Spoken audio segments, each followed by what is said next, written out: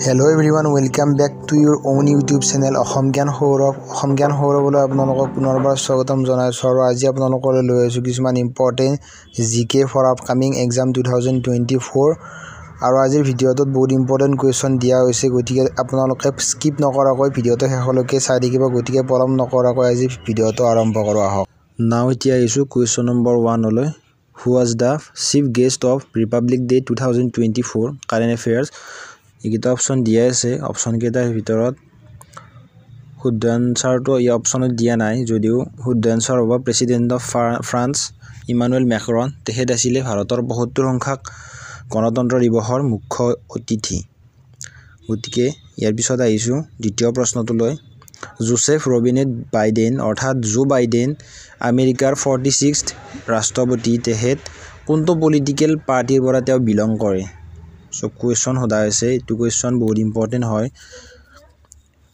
so answer hobo democratic party tehet belong kore democratic party orthat Joe Biden democratic party pora tehet president hoisile so aro ta current affairs question Katalin Novak became the first female president of which country Katalin Novak kunkhon dekhor prothom mohila rashtrapati hisabe nirbachit hoise tehet hol Hungary So etu question agote SSC CGL 2021 ত আহি গৈছে ইয়াৰ পিছত আইছো চতুৰ্থটো প্ৰশ্ন লৈ জুতিবা ফুলে was associated with জুতিবা ফুলে তলৰ কোনটো আন্দোলনৰ লগত জড়িত আছিল এটো সিটেট তত আহি গৈছে আগতে সো এটোৰ শুদ্ধ আনসাৰটো হ'ব এন্টি কাষ্ট মুভমেন্ট অৰ্থাৎ যেটো কাষ্টক লৈ আন্দোলন চলিছিল তাত তেওঁ অংশগ্ৰহণ কৰিছিল নেতৃত্ব দিছিল জুতিবা ফুলে The statue of Dr. APJ Abdul Kalam that was unveiled in Rameswaram Memorial by PM Modi so তাত কোনটো বাদ্যযন্ত্ৰ ব্যৱহাৰ কৰিছিল তেওঁ বিনা so আপোনালোকে পিকচাৰত দেখা পাইছে তেহেতে বিনা লৈ আছে so next প্ৰশ্ন Question number 6 Who among the following is the author of the book Social Harmony Social Harmony কিতাপখন কোনে লিখিছিল সো এটা অপচনৰ ভিতৰত হ'ব নৰেন্দ্ৰ মোদী ভাৰতৰ প্ৰধানমন্ত্ৰী তেহেতে লিখিছিল Social Harmony কিতাপখন নেক্সট কোৱেশ্চন আপোনালোক যদি মোৰ চেনেলত নতুন তেনেহলে চেনেলটো সাবস্ক্ৰাইব কৰি দিব আৰু বেল আইকনটো দবাই দিব গতিকে এতিয়া আহিছো কোৱেশ্চন নম্বৰ 7 লৈ Who among the following Indian freedom fighter fondly called Gandhi Buri old lady Gandhi for her dedication towards Gandhian principle so কোনজন ভাৰতীয় মহিলাক কোৱা হয় গান্ধী বুঢ়ী বুলি এটা অপচনৰ ভিতৰত হ'ব মাতাংগিনী হাজৰা তেহেতৰ ছবিটো আপোনালোকে পাইছে নিশ্চয় তেহেতক কোৱা হয় গান্ধী বুঢ়ী বুলি old lady Gandhi বুলি কোৱা হয় Kelucharan Mohapatra was an exponent of which of the following category of dance so Kelucharan Mohapatra তেহেত কোনটো ড্যান্সৰ লগত জড়িত কোনটো ক্লাসিক্যাল ড্যান্সৰ লগত জড়িত সো আনসাৰ হ'ব ওডিসি সো এনেকুৱা ধৰণৰ প্ৰশ্ন আপোনালোকৰ এক্সামত দেখিবলৈ পাব পাৰে গতিকে প্ৰিপেয়াৰ হ'ব next question Who among the following first Indian governor of RBI প্ৰথম ইণ্ডিয়ান গভৰ্ণৰ হৈছে RBI সো এটা অপচনৰ ভিতৰত শুদ্ধ আনসাৰটো হ'ব option number A CD Deshmukh তেহেত আছিল ৰিজাৰ্ভ বেংক অফ ইণ্ডিয়াৰ প্ৰথমজন ভাৰতীয় গভৰ্ণৰ আৰু স্যাৰ অপচন স্মিথ আছিল প্ৰথমজন governor RBI Next in 1974 the first nuclear test at Pokhran was code name so Pokhranot হোৱা প্ৰথমটো নিউক্লিয়াৰ টেষ্ট যেটো হৈছিল 1974 তাৰ কোড নেমটো কি আছিল so তাৰ কোড নেমটো আছিল smiling Buddha Next question number 11 What is the name of the world's first private flight plane to go to moon so first private flight to go to moon হ'ব option কেইটাৰ ভিতৰত শুদ্ধ আনসাৰটো হ'ব Moon Express টো হৈছে প্ৰথম flight to go to moon Next question number 12 Which type of vaccine protect against diphtheria diphtheria বেমাৰৰ কাৰণে কোনটো ভ্যাকচিন তলৰ ব্যৱহাৰ কৰা হয় সো এটা অপচনৰ ভিতৰত শুদ্ধ আনসাৰটো হ'ব টক্সইড ভ্যাকচিনটো ডিফথেৰিয়াৰ কাৰণে ব্যৱহাৰ কৰা হয় Next, which one of the following ship was involved in Mission Sagar IT? Mission Sagar IT তলৰ কোনখন জাহাজ ব্যৱহাৰ কৰা হৈছিল ইণ্ডিয়ান নেভিৰ দ্বাৰা?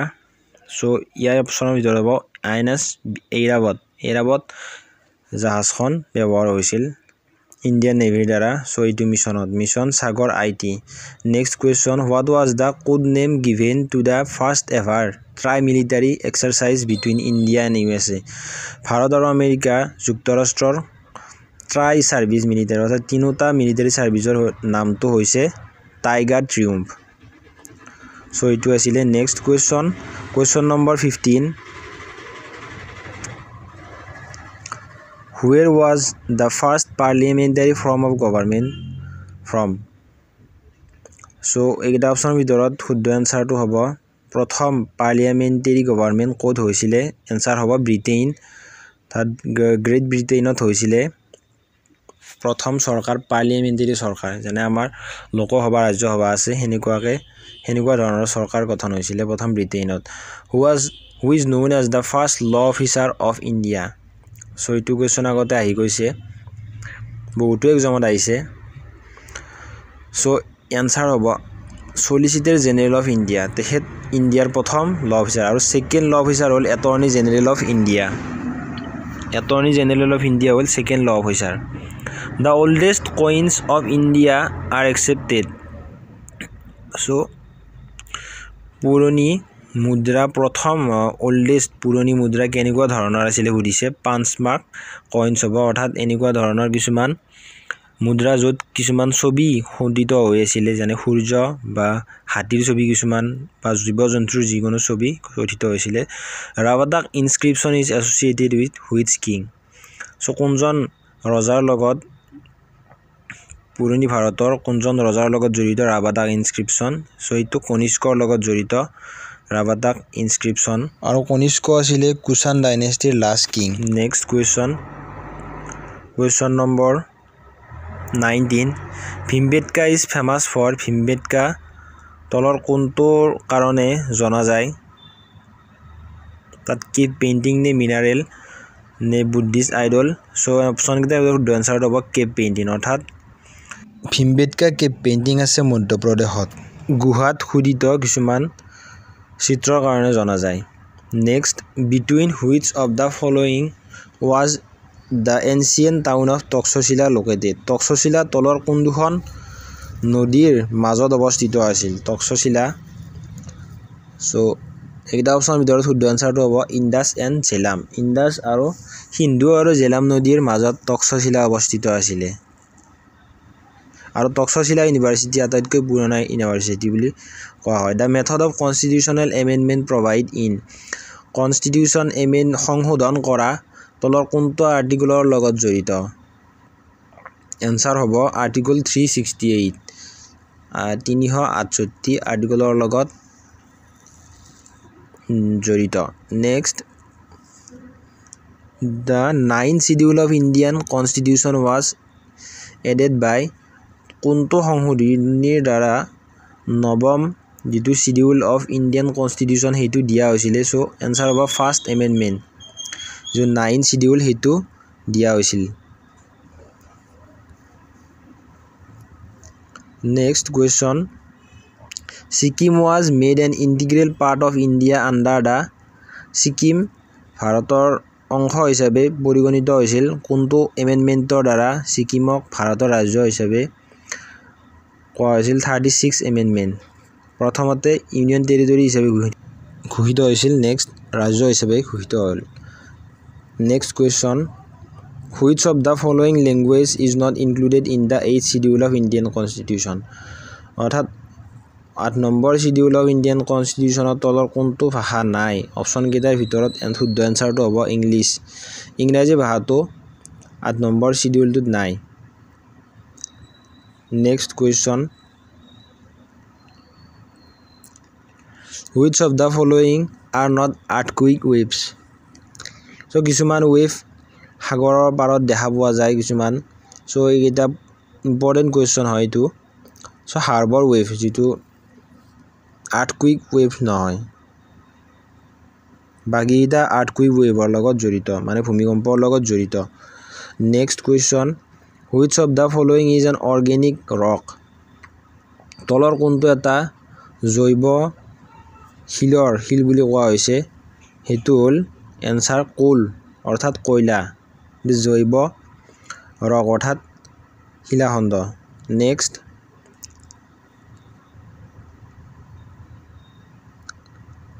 Which of the following is Block Mountain? So এটা পাহাৰৰ নাম দিয়া হৈছে পূৰ্বাঞ্চল সতপুৰা হিমালয়াছ মহাভাৰত ৰেঞ্জ এইকেইটাৰ ভিতৰত ব্লক মাউণ্টেইন কোনটো সোধা হৈছে সো ইয়াৰ ভিতৰত ব্লক মাউণ্টেইন হ'ব সতপুৰা ৰেঞ্জটো হ'ল ব্লক মাউণ্টেইনৰ এটা example next question number 28 which of the following mountains separates Black Sea and Caspian Sea Black Sea আৰু Caspian Sea কোনটো মাউণ্টেইন ৰেঞ্জে পৃথক কৰে এনসাৰ হ'ব ককেছাছ মাউণ্টেইন ৰেঞ্জে পৃথক কৰে কাস্পিয়ান সি হ'ল আটাইতকৈ ডাঙৰ হ্ৰদ যেটো এছিয়াত আছে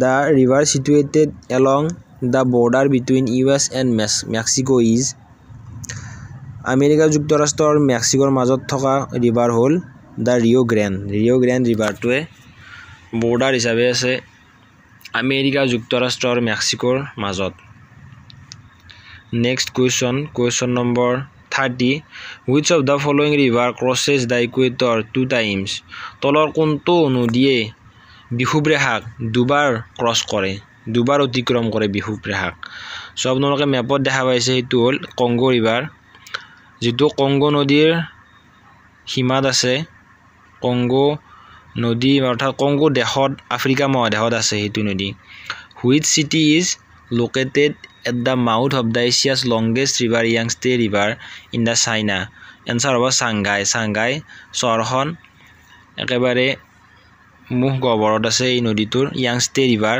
এছিয়াৰ আটাইতকৈ লংগেষ্ট ৰিভাৰ Yangtze Riverৰ মুখত আছে Shanghai চহৰখন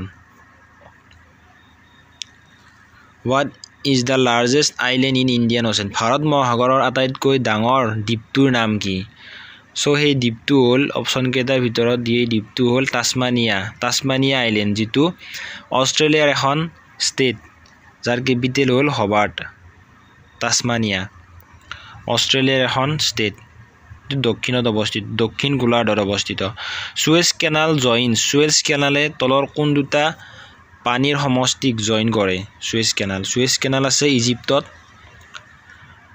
সো সুয়েজ কেনালে জয়েন কৰে ৰেড সি এণ্ড মেডিটেৰিয়ান সি অৰ্থাৎ লুইত সাগৰ আৰু মেডিটেৰিয়ান সাগৰক জয়েন কৰে next question number 34 which of the following stores data permanently in a computer কম্পিউটাৰৰ যেটো পাৰ্মানেন্ট ডাটা স্টোৰেজ হেতু কি বুলি কোৱা হয় সো আনসাৰ হ'ব ROM অৰ্থাৎ ৰিড অনলি মেমৰি এটো হ'ল কম্পিউটাৰৰ পাৰ্মানেন্ট মেমৰি আৰু ক্যাচ মেমৰিটো হ'ল কম্পিউটাৰৰ fastest memory next India's first arm nuclear submarine ইণ্ডিয়াৰ প্ৰথম সাবমেৰিন যেটো আৰ্ম অৰ্থাৎ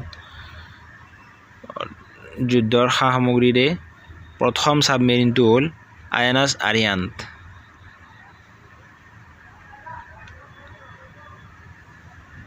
Next question the South Asian Association for Regional Cooperation was founded in অর্থাৎ সাৰ্কৰ যেটো ফাউন্ড অৰ্থাৎ কোড গঠন হৈছিল কোনখন চহৰত গঠন হৈছিল খোদা হৈছে সো ইয়াৰ ভিতৰত অপচন কেইটা শুদ্ধ আনসাৰটো হ'ব ঢাকা বাংলাদেশৰ ঢাকাত গঠন হৈছিল সাৰ্ক কিন্তু ইয়াৰ হেডকোয়াৰ্টাৰ আছে Kathmandu Next question number 37 who is the writer of the book Revolutionary 2020 education আগতে আহি গৈছে সো এটোৰ শুদ্ধ আনসাৰটো হ'ব option number A Chetan Bhagat তেহেতে লিখিছিলে ৰিভলিউশনাৰী 2020 কিতাপখন লিখিছিলে ইয়াৰ পিছত next 38 number what is the name of the autobiography of Sachin Tendulkar master blaster Sachin তেণ্ডুলকাৰৰ আত্মজীৱনীখনৰ নাম কি অপচন কেইটা ইয়াত দিয়া আছে এইকেইটা অপচন আপোনালোকে পঢ়ি চাব পাৰে